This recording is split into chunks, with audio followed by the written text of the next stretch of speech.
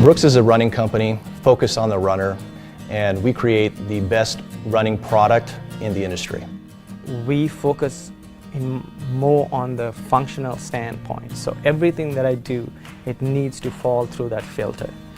Functionality comes first, and then the aesthetic wraps around that. Footwear begins from a foundation called the last. The last is a representation of the foot. It's very difficult to design around this shape in 2D because there really isn't any flat lines, straight lines that you can kind of base your drawing off of. In the past, we were sending out blueprints, 2D blueprints, and essentially asking our manufacturing partners to create a sculpture, if you will, of representative of the 2D blueprint. We need to go through a phase of actually building a shoe, ordering materials, getting colors, and building the shoe. And sometimes that process can take 2 months.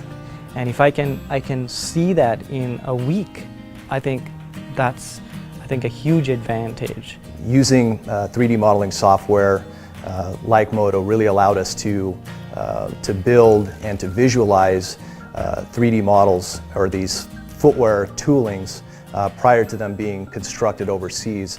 Really saved us a lot of time, money, and effort. Historically, 3D software has always been difficult to use. Their user interfaces, you had to be a rocket scientist to figure it out.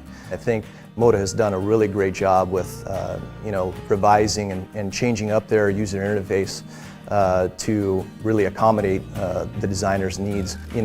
A lot of these designers may not have a 3D background. Going in and being able to create great digital product within the software quickly and easily is very important. If we can get the designers to use it earlier in the process, to model some of their concepts instead of going through multiple iterations, that would be the way to go.